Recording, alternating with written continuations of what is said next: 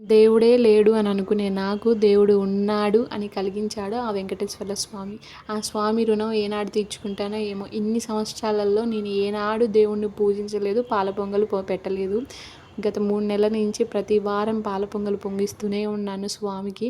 ఎందుకంటే మా అబ్బాయి రికవరీకి కారణమైంది ఆ స్వామి అని నేను అనుకుంటున్నాను. ఒక్క రోజులోనే రికవరీ అయ్యాడు. 3 నెలల క్రితం మా అబ్బాయికి పిడుసులొచ్చాయి. పిడుసులు రాగానే ఇమ్మీడియేట్‌గా హాస్పిటల్‌కి తీసుకెళ్ళాము. తీసుకెళ్తే అక్కడ వచ్చి రాని స్టాఫ్, అది చిల్డ్రన్ హాస్పిటలే కానీ వాళ్ళకి ట్రీట్మెంట్ చేయడం రాక పిడుసుల మందు డోస్ ఎక్కువ వేశారు. 19 నెలలని అక్కడ మెన్షన్ చేశాము ఓపీలో. కానీ వాళ్ళు 3 సంవత్సరాల డోస్ వేయడం వల్ల వాడికి ఎక్కువ డోస్ అయిపోయి కింద పడిపోయాడు. మేము పెద్ద పెద్దగా అరిచి గోల చేసి గందరగోళం చేస్తే ఏం కాదు మీ అబ్బాయికి 3 రోజుల్లో మేము పంపించేస్తాము అన్నారు. కానీ మేము 3 రోజులు కూడా ఆగలేదు. మేము వెళ్ళిపోతాము, మమ్మల్ని డిశ్చార్జ్ చేయండి, వేరే హాస్పిటల్లో జాయిన్ అవుతాము అని.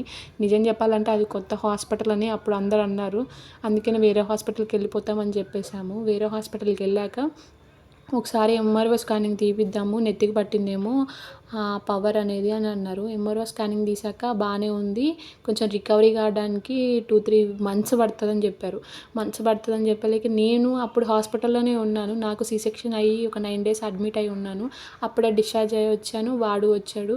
వాడిని చూస్తే ఒక 3 డేస్ నేను ఏడ్చాను ఫుల్గా. అదే స్వామిని కోరుకున్నాను, ఒక్క రోజులో మా అబ్బాయి రికవరీ అయితే నీ గుడికి వచ్చే వరకు పొంగలు పెట్టుకుంటూనే ఉంటాను స్వామి అని. నిజంగా నా మొర ఆలకించాడు స్వామి. ఒక్క రోజులోనే రికవరీ అయ్యాడు. అందుకనే స్వామికి ప్రతి వారం పొంగలు పెడుతూ